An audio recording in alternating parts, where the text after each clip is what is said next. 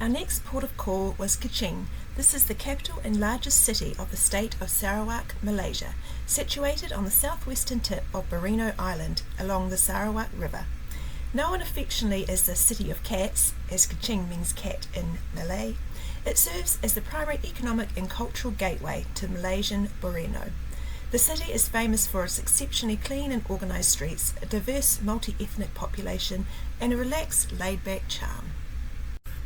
As we stopped at a commercial port, our ship put on a shuttle into town, where I got off and started to explore.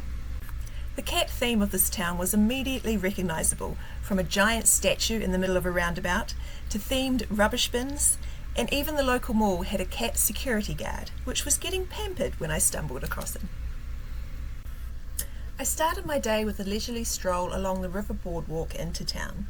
This passed various historical landmarks such as the government buildings, the Indian Mosque, and the Daryl Bridge, which is no relation to the Hollywood celebrity. The Daryl Bridge is an S-shaped pedestrian bridge over the Sarawak River, offering stunning views, modern design, and is a symbol of unity and harmony. It opened in 2017 and serves as a prominent landmark connecting the Kuching waterfront on the south bank with the north bank, where the Astana and the Sarawak State Legislative Assembly building are located. I've officially turned into one of these tourists with a brolly. It's rather hot.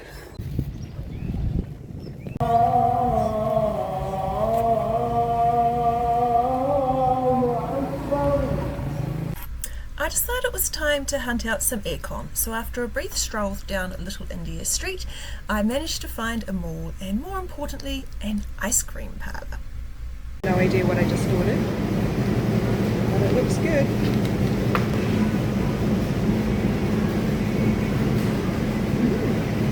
Turns out I was eating Gala Palong ice cream, a famous soft-serve dessert that originated in this very city. After my sweet treat, I went for another walk to see some of the city's other landmarks, such as the Borneo Cultural Museum and the local mosque. I then headed back to the waterfront area in time to see a beautiful sunset and appreciate the open-air markets and the lovely lights that they have in the pedestrian area.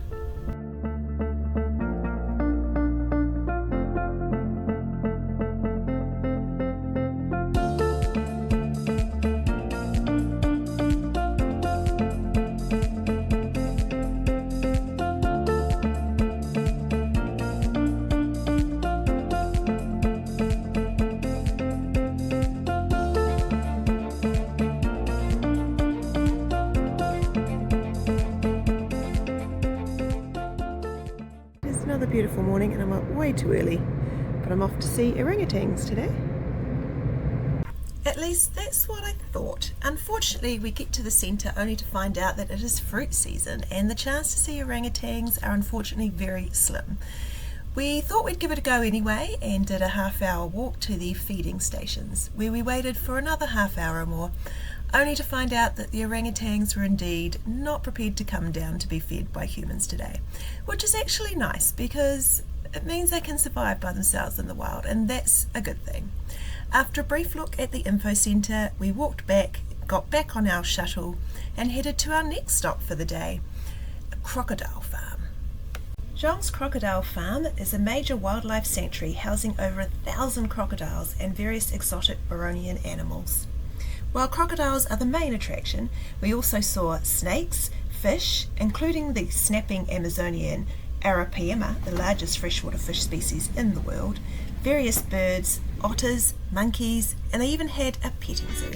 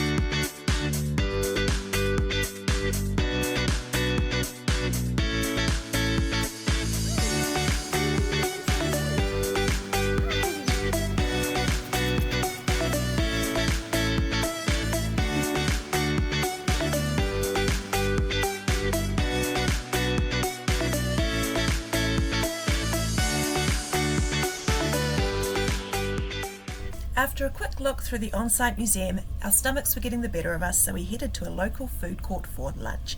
I ordered the local salad, chicken, rice. However, I got cassava chips instead of greens. It was delicious all the same. From here, it was back to our vans, past beautiful lush green jungle-like sides, and on to our next destination of Fairy Cave. Reaching the cave entrance requires a grueling 5-story climb up a concrete staircase. There are amazing views along the way, however. Once at the top, we are greeted with a dark cavern, more stairs, and even a ladder. Worth it though, as once through, the cave opens up into a jaw-dropping sunlit cavern with wooden boardwalks. The cave gets its name from stalagmites and stalactites that locals say resemble humanoid figures and Chinese deities. One advantage to being up early for work, you can see some lovely sunrises. We're approaching our next Malaysian port today of Kota Kinabalu. It's a bit dreary, a little bit drizzly, but hopefully that will keep the temperature down. After a lovely warm welcome from the locals, we got on the shuttle bus and headed into town, where I joined some friends for a walk around, exploring the local sights, sounds and markets.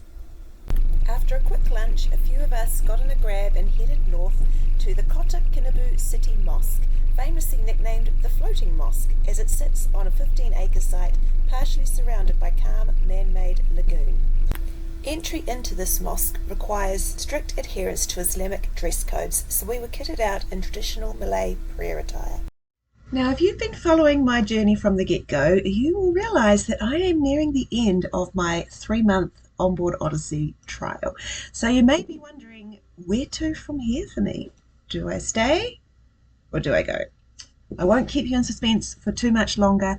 Stay tuned. Over the next few days I'm going to try and record another video to take you through all the pros and cons of life on board the Odyssey, at least from my perspective, and my ultimate decision with regards to what comes next. So stay tuned.